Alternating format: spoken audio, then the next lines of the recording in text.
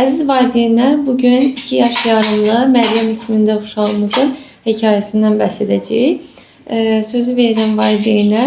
3 ay öncəsindən biz başladıq müalicəyə. 3 aylıq gedişatdan öncə siz hansı diaqnozlarla, hansı mərkəzləri gəzdiniz, hansı müalicələri aldınız, o haqda məlumat verin. Daha sonra biz öz görüşümüz haqqında bilgi verək. Məryəm 3 ayından başladı narahatçılığı. 8 ayında oturmadı ümumiyyətcə. 1 yaş 4 aylığında boynunu tutuldu. 3 aylığında hansı şikayətlə başladı? Ağlayardı.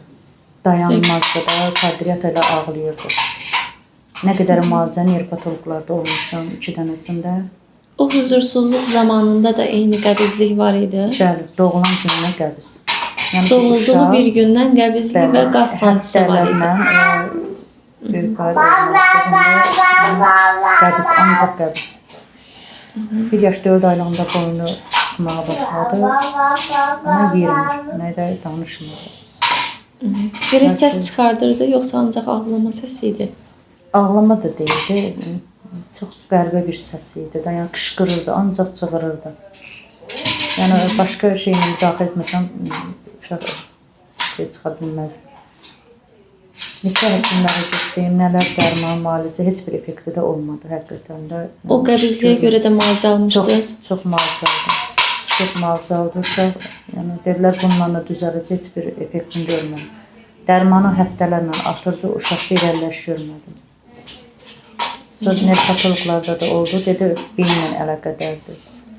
Bu müalicə ilə düzələcək, amma heç bir düzəliş, irəliləş görmədim. 8 aylığından 2 yaş yarımına qədər müxtəlif müalicələr almışsınız. 2 yaş 1 aylığına qədər, parçası vitamini qədər. 3 ay, 4 aylıq müalicə yazmışsınız, amma uşaq elə 2 gün idi, dərmanı 63 mənə effektin tam gördüm də, yəni hər gün normal. 2 gün müalicədən sonra başladı bağırsaqların normallaşmağa. 2 gündən sonra, yəni o gündən 2 ay ki, bu uşaq normal. Yəni bir günü nə ayına olmadı. Sadəcə biraz yemək armutad olanda hə görürsən ki, amma belə çox normal. 2 aydır effektin, yeriməyə də hətta 14 gün. Siz bizə gələndə uşaq oturmurdu. Yox, əsl. Bir dənə baş tutması var idi, o da tez yorulub başı düşürdü. Arkaya keçirdi. İndi oturur, gəzməsi də yox idi. İndi bir dəstəklə tez yorulurdu, otururdu aşağı, tez yorulurdu. Həddindən artıq yorğunçuluqlardı. Rəngi boğunuq idi. Göz kontaktı yox idi. Yox idi. İndi göz kontaktı durur. Oyun oynayır yaşıdlar, yəni bacı qardaşları ilə təması var. İstədiyi bir şey əlindən alanda görürsən ki, onunla dalaşır. Amma elə bir şeylər yox idi. Və bu şikayətlərə görə uşağa həm də autizm diaqnozu qoyulmuşdu. Dedilər autizmdir. 2 həkim də dedi ki, autizmin meyillilik var, amma biri dedi ki, yox, bu uşaq autizmdir. Yəni tam əminliklə dedi. Amma şükür autizm deyil. Şükür. Yerimə də var, reaksiya da yavaş-yavaş hiss edirəm var. İnşallah da yaxşı olur.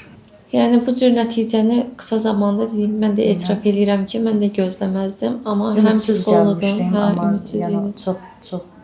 Mən də çox ümid verməmişdim. Hə, çox ümidsiz idim, amma belə də nəticə inanmazdım.